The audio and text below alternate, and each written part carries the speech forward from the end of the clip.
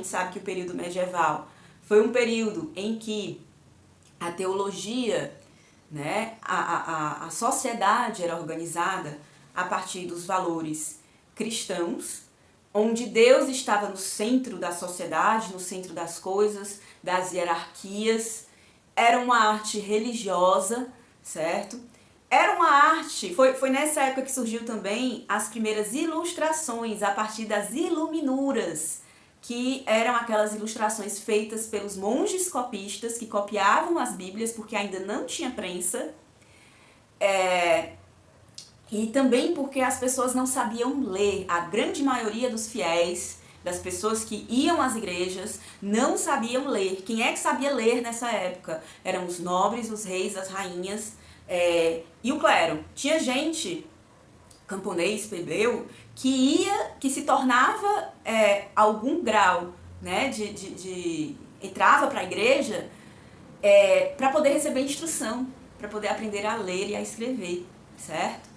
Dizem que Frei Jordano Bruno foi uma dessas pessoas, né, que ele foi um filósofo que morreu pela Santa Inquisição, que chegou apenas ao cargo de frei, mas que o objetivo dele era se instruir, né? Era ter acesso a conhecimento, a leitura, a escrever, etc, etc e tal, tá? Então, a gente está nesse período que, na época da Renascença, passou a ser chamado de Idade das Trevas.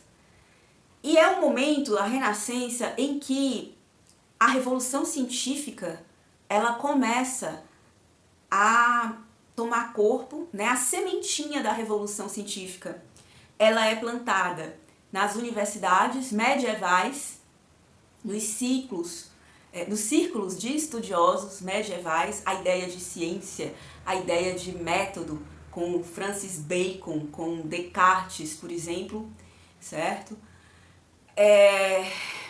Com São Tomás de Aquino.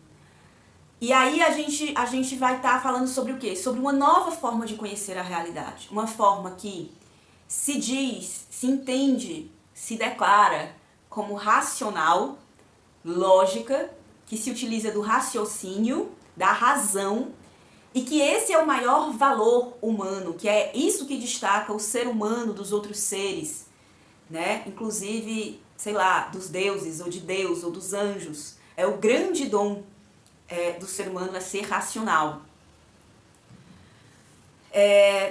E aí se inventa, digamos assim, esse mito da razão, certo? Eu tô falando mito, gente, não é porque a gente não tem essa capacidade de ser racional, não é porque a gente não tem essa capacidade lógica, objetiva até um certo ponto. Mas é que hoje a gente entende, dentro das ciências humanas inclusive, tá? Que a razão humana, ela é um espectro, ela tem um espectro, ela vai até certo ponto, ela alcança até certo ponto. E que essa coisa do homem renascentista, racional, detentor de várias formas de conhecimento, né? Ele é um mito renascentista, a gente pode entender como algo que... Quando eu falo mito, o que eu estou querendo falar é uma invenção, uma ideia, uma ideologia, que depois, em outros períodos históricos, foi sendo colocado a teste, à prova, né? Então, assim, mas na Renascença as pessoas estavam encantadas com essa possibilidade, né? Eu queria também afirmar que isso não é um discurso anti-ciência, tá, gente?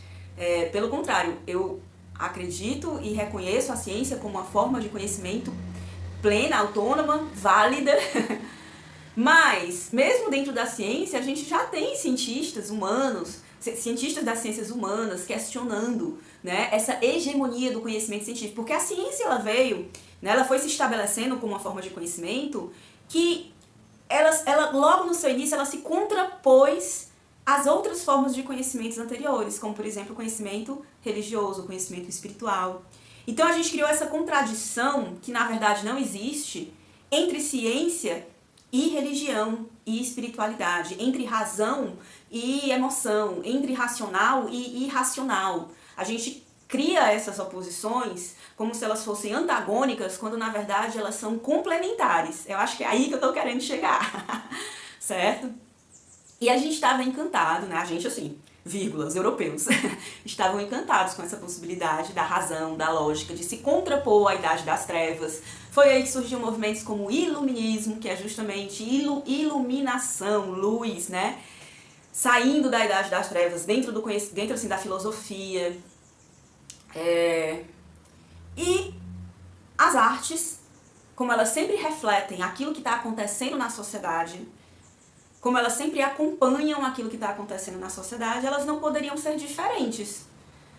Então, foi daí que surgiu a Renascença, e os valores renascentistas, enquanto estilo de arte, são esse: a ideia de retratar o real, uma arte que é capaz de capturar o real, a natureza das coisas, tal qual eu estou vendo, sem ficar inventando, né?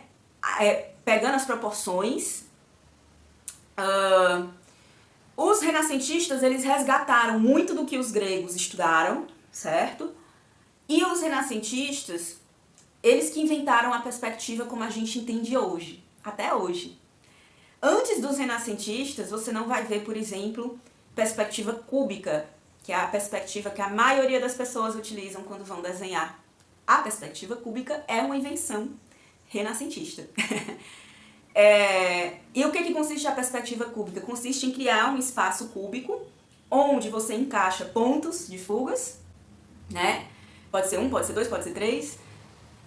E aí você vai criar objetos com profundidade, né?